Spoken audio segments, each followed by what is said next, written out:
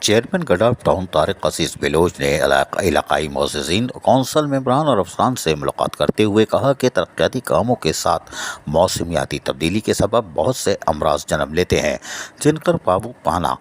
اشد ضروری ہے۔ اس لیے جراثیم کش ادویات کا چھڑکاؤ کے لیے اسپرے مہم کا آغاز کر دیا گیا ہے اور رمضان المبارک کے آخری عشرے میں جو لوگ مساجد میں اعتکاف میں بیٹھے ہیں ان کو ایک صاف ستھرا ماحول فراہم کرنا ہماری اولین ترجیح ہے اور عیدگاہوں کی صفائی ستھرائی کے ساتھ ساتھ چاند رات کو وہاں پر بھی اسپرے مہم کو یقینی بنایا جائے گا۔ انہوں نے کہا کہ ہماری اولین ترجیحات میں شامل ہے کہ گڈاف ٹاؤن کے تمام یونین کونسلز میں کونسل ممبران کی مشاورت سے اشراط العرض کے خاتمے کے لیے مچھر مار اسپرے مہم جاری ہے اور جاری رکھی جائے گی۔ گڈاف ٹاؤن کی ٹیم اپنی خدمات جاری رکھے ہوئے ہے۔ اس کے علاوہ عید الفطر پر بھی قریبی یعنی کہ تمام مساجد اور عیدگاہ میں صفائی ستھرائی کا کام بھی جاری ہے، وہیں پر مسلمانوں کو نماز عید پر ایک صاف ستھرا ماحول فراہم کرنے پر بھی ہماری بھرپور توجہ ہے اور اس پر ہم کام کر رہے ہیں تاکہ آنے والے نمازیوں کو عید الفطر کی نماز میں کسی قسم کی مشکلات کا سامنا نہ کرنا پڑے۔ اس موقع پر vice chairman Jam Muhammad Jokhio, municipal commissioner Ahmed یار،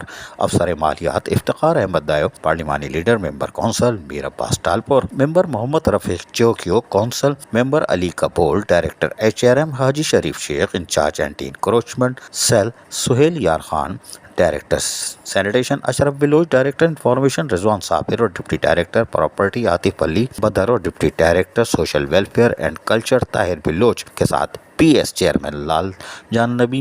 بلوچ اور deputy director information Muhammad Sharjeel Khan, assistant director information Shah Muhammad Shah بھی موجود تھے۔ عزیز عارف، KBS بلیاتی نیوز کراچی۔ ایسی ہی خوبصورت ویڈیوز فیوچر میں حاصل کرنے کے لیے ریڈ بٹن پر کلک کر کے اور بیل آئیکن کو پریس کر کے ہم سب کے سبسکرائبر بننا مت بھولیے۔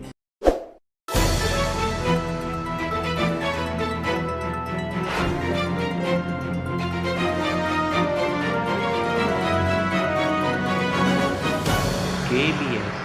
بلدیاتی نیوز۔